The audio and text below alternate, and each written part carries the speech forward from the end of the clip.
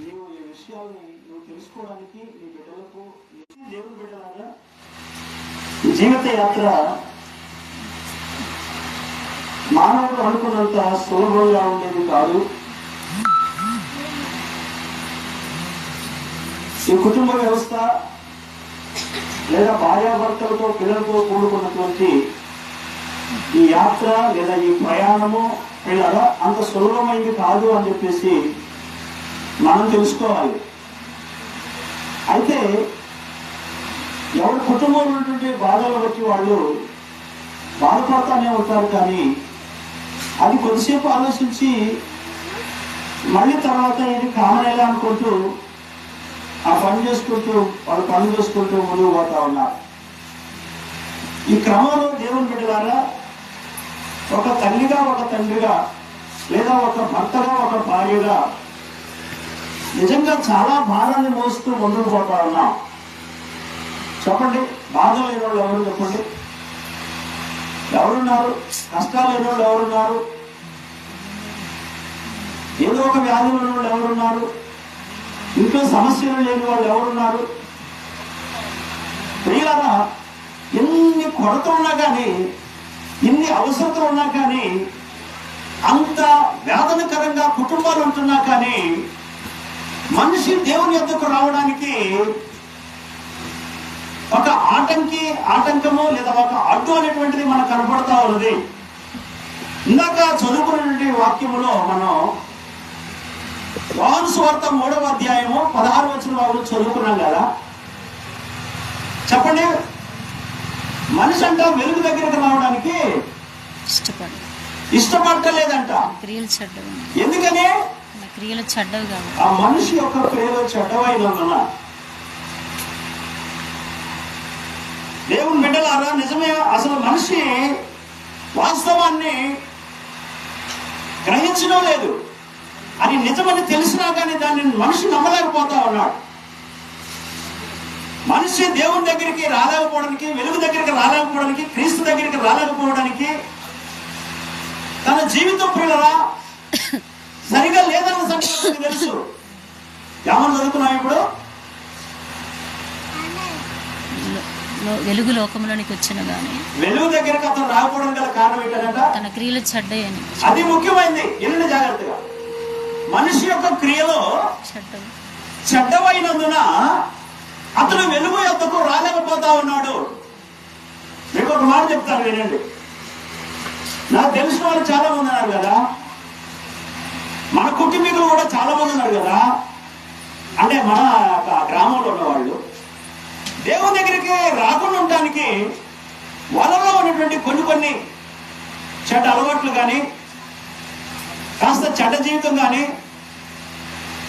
అది తొలగించుకోవడానికి వారికి ఇష్టం లేక దేవుని బిడ్డలారా వెలుగును వద్దకు లేదా దైవ సావుకు వద్దకు లేదా ప్రార్థనకి వాళ్ళు రాలేకపోతా ఉన్నారు. అలా సైలెంట్ గా ఉంటున్నారు. దాని మూలంగా నువ్వు ఎంత నష్టపడవు తెలుసా? నువ్వు నిత్య జీవాన్ని పోగొట్టుకుంటున్నావు. నీ కుటుంబంలో సమాధానాన్ని పోగొట్టుకుంటున్నావు. నీ కుటుంబంలో పిల్లరా ప్రేమనే పోగొట్టుకుంటున్నావు. మీరు దయచేసి గమనించండి దేవుని బిడ్డలారా. కాబట్టి మనం చాలా జాగ్రత్తగా ఆలోచన చేయాలి. ఎంతో కష్టపడి కుటుంబాలలో పిల్లరా పనిచేస్తా ఉన్నాం. మన బైబిల్లో పిల్లరా చూసినట్టుగా యోబు గ్రంథంలో దేవుని బిడ్డలారా ఒక మాట మనం చూడగలుగుతాం. చూడండి, అయితే మనిషి ఈ చీకట్లో నడుచుకుంటూ పోతా ఉన్నాడు వెలుగు దగ్గరికి రాకుండా. అంటే చీకట్లో అంటే పాపంలోనే అర్థం. అంటే దేవుడు లేకుండా, ప్రార్థన లేకుండా, సేవకుడు లేకుండా, వాక్యం లేకుండా, ఒక ఆత్మీయమైనటువంటి ఆనందము సంతోషం అనేది లేకుండా మనిషి చీకట్లో నడిచిపోతా ఉన్నాడు. బైబిల్ అంటున్నమాట, చీకట్లో నడుచువాడు తాను ఎక్కడికి పోతుందో తనకే తెలియదు. తెలుసా? గుడ్డివానికి త్రోవచ్చు. సరే, మంచిది. ప్రియులారా, బైబిల్లో మనం ఒక మాట చూస్తే నిన్న ఆదివారం బైబిల్లో మనం యోబు గ్రంథంలో ఒక మాట చదివాం. 7వ అధ్యాయం 1వ వచనంలో చూడండి ఒకసారి. నరుల కాలం యుద్ధ కాలము కాదా? యుద్ధకాలము కాదా? భూమి మీద నరుల కాలము యుద్ధ కాలము కాదా? వారి దినములు కూలివాని దినములు వంటివి కావా? మీరు ఒకసారి గమనించండి దేవుని బిడ్డలారా. నేను ఆలోచించండి, ఈ భూమి మీద నువ్వు బ్రతికేటువంటి రోజులంట కూలివాని దినం, యుద్ధ కాలం వంటిది, కూలివాని వంటి దినాలే. కూలికి వచ్చినట్టే ఉంది. చెప్పండి, మనం ఏమిటికి వచ్చాం? ఇప్పుడు ఎవరో పొద్దున్నే పనికి పోతాం, కూలికి పోతావు కదా. కూలికి పోయిన కాడ నువ్వు ఎంత పని చేయాలి. నువ్వు సుఖంగా ఉంటా, సంతోషంగా ఉంటా, వచ్చేపు నీడ కింద కూర్చుంటా, టేబుల్ ఫ్యాన్ పెట్టుకుని కూర్చుంటా, లేకపోతే మంచినీళ్ళు తాగుతుంటా, అన్నదరికి 4 గంటలు టైం పాస్ చేస్తానంటే కుదిరిందా? కష్టపడాలి. కూలికి వచ్చావు, నీ జీవితం కూడా అలాంటిదే నీ లోకంలో చెప్తా ఉన్నాడు. అప్పగించిన కాలం సమయం చెప్పండి, కష్టపడాలి. నరుల కాలము భూమి మీద యుద్ధ కాలము కాదా? తల్లిదండ్రులుగా ఈ లోకంలో దేవుని బిడ్డలారా వివాహం అనేది మొదలుకొని ఎంతో కష్టపడి పనిచేస్తా ఉన్నావు. భార్యగా భర్తగా ఎన్నో ఇబ్బందులు పడతా ఉన్నావు. దేవుని బిడ్డలారా గమనించండి, మంచిది, కష్టపడాలి. ఆనాడే దేవుడు చెప్పాడు, ఎప్పుడైతే ఆదాము దేవుని ఆజ్ఞ అతిక్రమించాడో, పాపం చేసి దూరం అయిపోయాడు, అప్పుడే చెప్పాడు, నువ్వు చెమటొచ్చి ఏం చేయాలా? చెమటొచ్చి నువ్వు పని చేయాలా, చెమటొచ్చి నువ్వు ఈ యొక్క భూమిని దున్నుకోవాలా. పిల్లరా, అప్పటి వరకు కష్టపడాల్సిన పని లేదు. అయితే దేవుని బిడ్డలారా ఒకటి గుర్తు పెట్టుకో, భూమి మీద నీ యొక్క జీవితం మంది కష్టపడతా ఉన్నారు. జీవితం యొక్క విలువ ఏంటో, భార్య ఏంటో, భర్త ఏంటో, పిల్లలు ఏంటో, కుటుంబ అవసరాలు ఏంటో కొద్దిమంది, చాలా కొద్దిమంది దేవుని బిడ్డలారా గమనించి కష్టపడుతూ ఉన్నారు. అయినా సరే వాళ్ళ కుటుంబాల్లో సమస్యలు లేకపోలేదు. అయినా సరే పిల్లల వ్యాధుల ద్వారాను, ఆర్థిక ఇబ్బందుల ద్వారాను, లేకపోతే పిల్లలు కొంచెం ఆర్థికంగా బలంగా ఉన్నా కానీ పిల్లల ద్వారాను కుటుంబంలో సమస్యలు తలెత్తుతున్నాయి. కుటుంబంలో మనశ్శాంతి లేకుండా పోతా ఉన్నది. కనుక దేవుని పిల్లలారా గమనించండి, మరికొంతమంది అయితే కుటుంబాన్ని పిల్లలారా విడిచిపెడుతున్నారు, బాధ్యత లేని వారిగా ఉంటున్నారు. చెప్పండి, భర్తగా, భార్యగా, తల్లిగా, తండ్రిగా నీవు నీ కుటుంబ బాధ్యతలు పిల్లరా నువ్వు గమనించి కష్టపడి పనిచేసుకోవాల్సిన బాధ్యత ఉన్నది కదా. దేవుని బిడ్డలారా క్రమంలో పిల్లల పరిస్థితులు చెప్పండి ఎంతో భయంకరంగా మారిపోతా ఉన్నాయి. దేవుని పిల్లలారా ఈ క్రమంలో మనం ఈ యొక్క జీవితం నిజమే యుద్ధకాలం వంటిదని చెప్పేసి, సమస్యలతో కూడుకున్నదని చెప్పేసి పిల్లరా మనము పోరాటం చేస్తున్న క్రమంలో కొన్నిసార్లు దేవుని బిడ్డల పడిపోయేటువంటి పరిస్థితులు, కూలిపోయే పరిస్థితులు వస్తా ఉన్నాయి. అయితే దేవుని బిడ్డలారా దేవుని వాక్యం అంటా ఉన్నది, అసలు నిజంగా మనం ఈ అన్ని శ్రమలు, ఈ కష్టాలు, ఈ బాధలు మనం అనుభవించడానికే వచ్చాం. కాబట్టి ఈ అనుభవిస్తున్న క్రమంలో కొన్నిసార్లు ఫెయిల్ అవుతా ఉన్నాం, కొన్నిసార్లు పిల్లలు నా వల్ల కాదని కాడు పడేస్తా ఉన్నాం, కొన్నిసార్లు నా చేత కాదని సంవత్సరాన్ని వదిలిపెట్టేటువంటి పరిస్థితులు వస్తా ఉన్నాయి. కొన్నిసార్లు పిల్లరా అసలు ఇంకా ఇల్లు వదిలిపెట్టిపోయేవాడు, కొన్నిసార్లు విడాకులు ఇచ్చేవాడు, కొన్నిసార్లు ఆత్మహత్య చేసుకునేటువంటి సందర్భాలు కూడా కనపడతా ఉన్నాయి కదా. కానీ దేవుడు బిడ్డవారా దేవుడు ఉన్నాడు అనేటువంటి సత్యాన్ని ఎరిగినటువంటి మానవులకు దేవుడు చూపించే మార్గం ఏంటంటే, నువ్వు మోస్తున్నటువంటి భారం ఉన్నదే, నువ్వు పడే కష్టాలు ఉన్నాయే, నీకు వస్తున్న సమస్యలు ఉన్నాయే, నీకు వస్తున్న ఇబ్బందులు ఉన్నాయే, నీ అవసరాలు ఏమైతే ఉన్నాయో, నీకేం కావాలో దేవుడు బిడ్డరా వాటన్నిటినీ దేవుడు ఏమన్నాడు తెలుసా? ఏమన్నాడు పిల్లరా? ఆ భారాన్ని, ఆ బాధ్యతని పిల్లరా, ఆ వ్యాజ్యాన్ని దేవుడికి అప్పచెప్పమంటున్నారు. దేవుడు ఎంతమంది దేవుడికి అప్పచెప్తున్నారు చెప్పండి?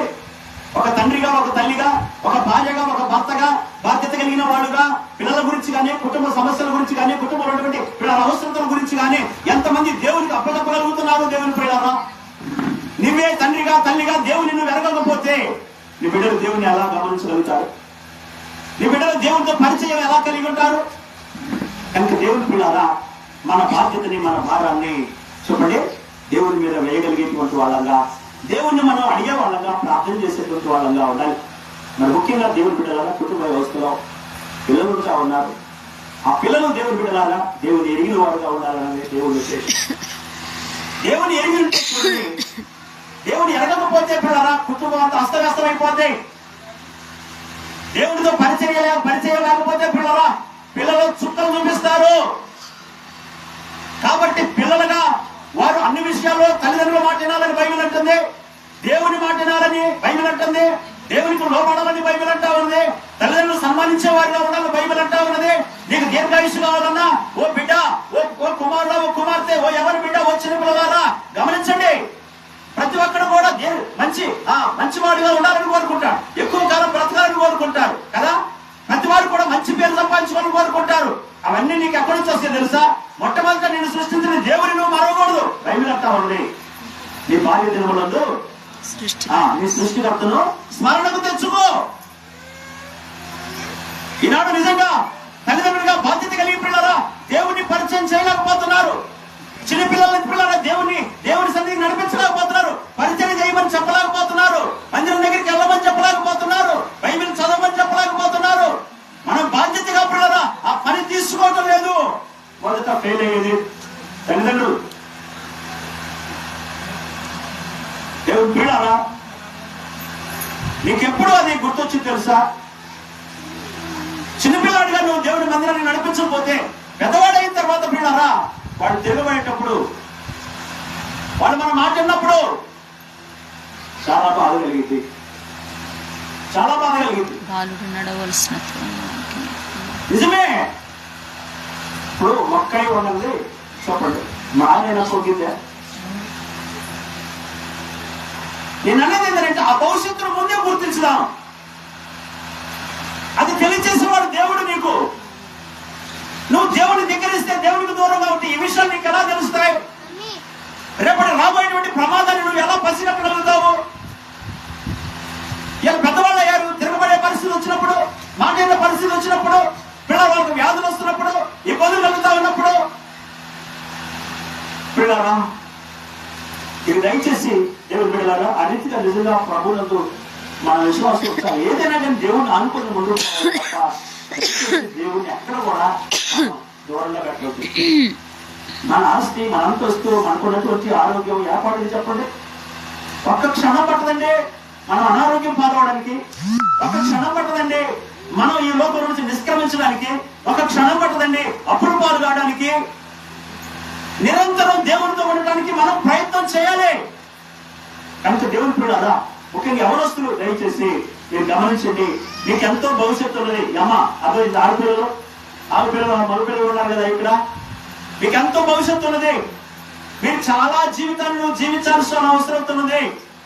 ఇప్పుడు అంటున్నాం కదా, ఇప్పుడు చదువుతున్నాం కదా, భూమి మీద నరుల కాలము, యుద్ధ కాలము. నీ తండ్రి నీ తల్లి నీ కళ్ళ ముందు ఉన్నారు. కష్టపడి పనిచేసే వాళ్ళు ఉన్నారు.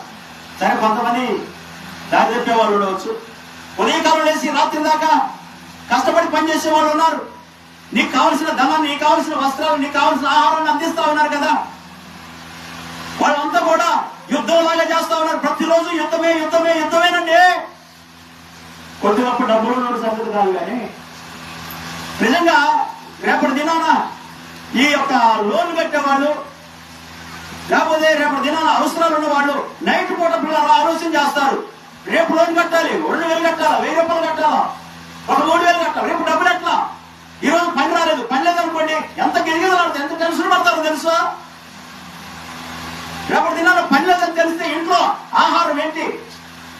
రేపు పనికి ఒకరోజు పనికి పోకపోతే ఇంట్లో కొంతమంది ఆహారానికి కూరలకి ఇబ్బంది కూడలు ఉన్నారు.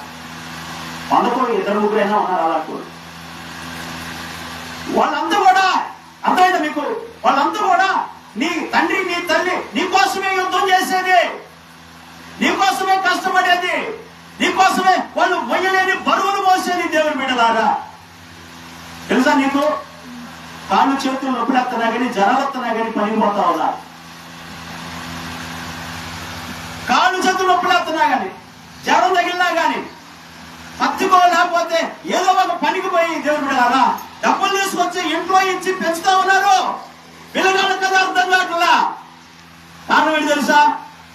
వాడు అయ్యేట చీకట్లో నడుచుకోవాడు, ఎక్కడికి పోతున్నా వాడికి ఏం అర్థం కావట్లా. ఒరే బాబు చదువుకోరా, నీకు దండం పెడతారా, చదువుకోరా అంటే ఏంది నీకేం పని లేదా, పిచ్చిదాలాగా మాట్లాడుతున్నావు అంటాడు. ఏమ్మా చదువుకోమ్మా, ఎందుకమ్మా ఫోన్ అంతగానో చెప్తావు, ఎందుకమ్మా? ఈనాడు నిజంగా సాతానుడు చీకటి పిల్లలను పట్టుకున్నది.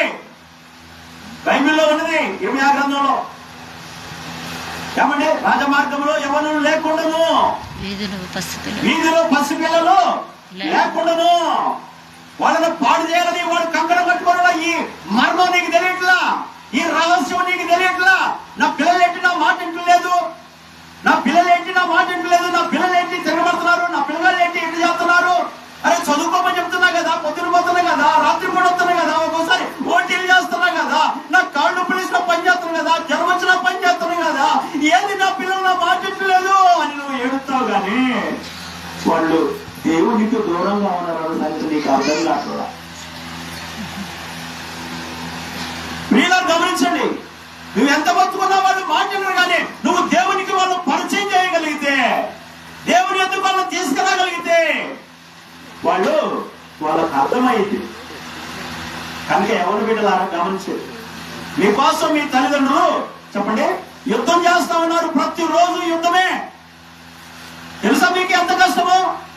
కళ్ళునే కదా కష్టం. చూడండి నానా, నేను ఈ రోజు నీతో పాటు వస్తాను, ఎల్లు. ఎండాకాలం మంచి మే నెలలో వేసారండి, ఇప్పుడు కాదు, ఏప్రిల్ మే నెలలో పోవాలి. రాడ్లు కాలుతామంటే పట్టుకుంటుంటే మీకు తెలియదండి, ఒక రోజు ప్యాస్ కూడా రాదు, మీకు తెలియదు. వాళ్ళ కష్టం మీకు తెలియదు. కొద్దిమందికి తాగితే చెమటంతా బయటకు వెళ్ళిపోయిన తర్వాత రాత్రి పూట వేడి చేసి ఇబ్బంది పడతా ఉంటారు. ఎవరి కోసం ఆ కష్టం? నీ కోసం కాదా? నీ కోసం కాదా? నీ భవిష్యత్తు నిర్మించడానికి కాదా? రాత్రులు అనక పగలనక చాలా మంది పనిచేసే వాళ్ళు ఉన్నారండి. నిద్ర లేక జ్వరం వచ్చినా గానీ, కాళ్ళ నొప్పులైనా గానీ, ఏమంటే కొన్నిసార్లు మలేరియా జ్వరం వచ్చినా, టైఫాయిడ్ వచ్చినా కానీ కష్టపడి పనిచేసే తండ్రులు ఉన్నారు. కాస్త కళ్ళు తెలిసి చూడమ్మా. కాస్త మరీ టీవీలో అయిపోయి అందరి మరీ ప్రార్థన అంటే అసహ్యం, ప్రార్థన అంటే అసహ్యం. ఏం చేసింది నీకు ప్రార్థన? చావు కూడా దూరం జరిగిపోతారు. ఏ పాపం నీకేం అన్యాయం చేశారు? నీకు బాగు చేయాలనేగా. బైబిల్ చదవమని చెప్తారు, ప్రార్థన చేసుకోమని చెప్తారు, మంచిగా ఉండమ్మా అని చెప్తారు. దేవుని బిడ్డలారా, కాబట్టి పాడైపోయే రోజులు వినండి జాగ్రత్త. అందుకే బైబిల్ అంటుంది దినములు చెడ్డవి, దినములు చెడ్డవి. పాడైపోయిన రోజులు ఎట్ట పాడైపోయినాయో సెల్లు వస్తున్నారు, మీకు తెలుసు. చెప్పండి, సెల్ ట్రోలింగ్ చేస్తూ ఉన్నావు, ఎన్ని గంటలు వస్తావు. నువ్వు బానిసైపోయావు, నువ్వు బానిసైపోయావు. నీకు స్వేచ్ఛను, నువ్వు యేసు ప్రభు వారి దగ్గరకు వచ్చి నీకు స్వేచ్ఛ ఇస్తాడు. కానీ నువ్వు దానికి బానిసైపోతే నీ బ్రతికి ఎలా బాగుపడింది? ఈ రోజు అయిపోతుందా? చెప్పండి, జీవితం ఈ రోజు అయిపోతుందా? ఈ రోజు నుంచి నువ్వు జీవితాన్ని నిర్మించుకోవాలా. నీకు తెలియని విషయాలు తల్లిదండ్రులు అడగాల, నీకు తెలియని విషయాలు సావుకులను అడగాల, నీకు తెలియని విషయాలు నీ భవిష్యత్తు గురించి నువ్వు దేవుని దగ్గర అన్ని కాల్చి ఉపవాసం ఉండి ప్రార్థన చేసుకోవాలా, తీర్మానం చేసుకోవాలా. బైబిల్లో ఎస్తేర్ అనే ఒక స్త్రీ ఉంది, తెలుసా? ఆమె తనను తాను మాత్రమే కాదు, యూదులందరూ కాపాడటానికి ఒక యుద్ధం చేసింది. తెలుసా? యుద్ధం చేసింది. తను చచ్చిపోవడానికి కూడా వెనకాడలేదు. ఉపవాసం ఉండి తన యొక్క జాతి కొరకు ప్రార్థన చేసింది. కనుక దయచేసి గమనించండి, ఈనాడు ఎవరి బిడ్డ రక్తమంతా ఆగిపోతున్నారు. ఇందాక మనం దానియేలు గురించి విన్నాం. దానియేలు గ్రంథం 1వ అధ్యాయంలో మనం చూస్తే దేవుని బిడ్డలారా, దానియేలు బానిస దేశంలో ఉన్నా కానీ, బానిసత్వంలో ఉన్నా కానీ తన దేవుని వదిలిపెట్టలే. తెలుసా? నువ్వు మంచిగా ఉన్నా కానీ వదిలిపెట్టలేకపోతున్నావు. కారణం ఏంటి తెలుసా? మంచి కంటే నువ్వు బానిసత్వంలో ఉన్నావు. టీవీకి, సీరియల్కి, త్రాగుడికి, వంజీలకి, అమ్మలకి, సిగరెట్లకి, లోకంలో ఉన్నటువంటి చెడు స్నేహాలకి నువ్వు బానిసమైపోయావు. అందుకని ఎప్పుడైనా దేవుడు నువ్వు వదిలిపెట్టలేవు, ఏంటి చెడును వదిలిపెట్టలేకపోతా ఉన్నావు. అందుకని ఇక్కడ దానియేలు అయితే పిల్లరా, తన యొక్క భవిష్యత్తు బాగుండడానికి తను దేవుని యందు భయభక్తులు కలిగి దేవుని బిడ్డలారా, రాజభోజనాన్ని ఆయన వదిలిపెట్టి దేవుని బిడ్డలారా తను గొప్పవాడయ్యాడు. కాబట్టి ఈ లోక సుఖాలు నువ్వు వదిలిపెట్టకపోతే, ఈ లోక స్నేహాలు నువ్వు వదిలిపెట్టకపోతే నీ జీవితం బాగుపడదని చెప్పేసి మీరు తెలుసుకోవాలని చెప్పేసి మీకు మనం చేస్తా ఉన్నా. కనుక దేవుని బిడ్డలారా గమనించు. అదే క్రమంలో దేవుని బిడ్డలారా, మరి యోసేపును మనం చూస్తే 17 సంవత్సరాల వయసులోనే దేవుని బిడ్డలారా చెప్పండి చెడుతనాన్ని వదిలిపెట్టాడు. చెడుతనాన్ని వదిలిపెట్టాడు. నిన్ను పాడు చేసేది చెడు స్నేహాలే, నిన్ను పాడు చేసేది చెడుతనమే, నిన్ను పాడు చేసేది పిల్లరా దేవునికి ఇష్టం లేనిది. అందుకనే ఎక్కడైనా కానీ నువ్వు కళ్ళు తెరవాలా, నీ భవిష్యత్తును నువ్వు బాగు చేసుకోవాలా. నీ భవిష్యత్తు నువ్వే పిల్లరా రాజమార్గాన్ని వేసుకోవాలా. నీ జీవితాన్ని నువ్వు బాగు చేసుకోవాలా. ఎవరు బాగు చేస్తారండి?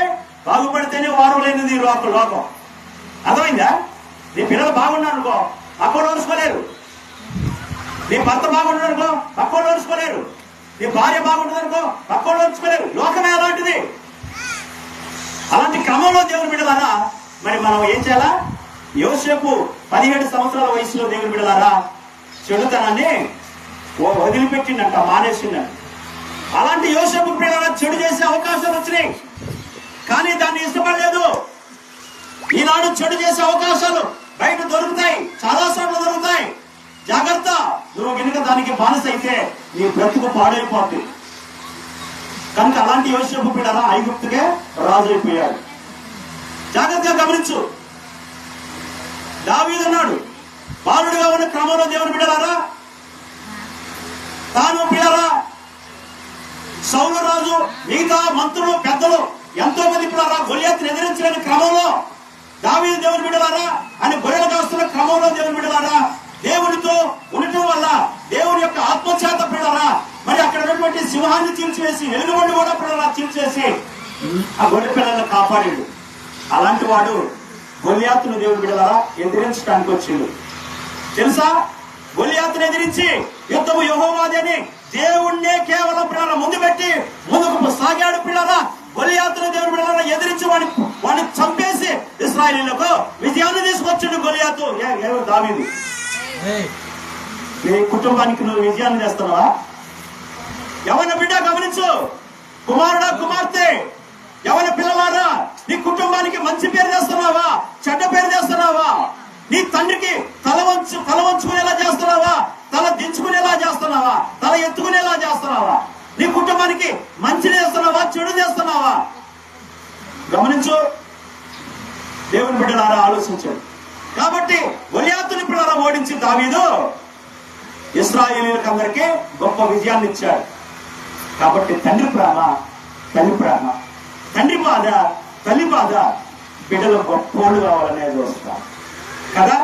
వాళ్ళు గొప్పోళ్ళు కావాలా? ఈ ఊళ్ళో ఉన్నటువంటి ఒక తండ్రి యొక్క తల్లి యొక్క కుమారుడు కలెక్టర్ అయ్యాడు అనుకోండి, ఆ తల్లిదండ్రులు ఎంత గర్విస్తారు తెలుసా? ఒక ఐపీఎస్ అయ్యాడు అనుకోండి, ఎంత గర్విస్తారు? కాబట్టి నీ తల్లిదండ్రుల హృదయాల్లో అలాంటి ఆలోచనప్పుడు పిల్లలుగా యవనస్తులుగా యవన ప్రాయంలోకి వచ్చినాక నువ్వు చాలా జాగ్రత్తగా ఉండాలా. సరే, బైబిల్ అంటున్నమాట చివరిగా ఏమంటుంది? యవనస్తులు దేని చేత తమ నడత శుద్ధి చేసుకుంటారు?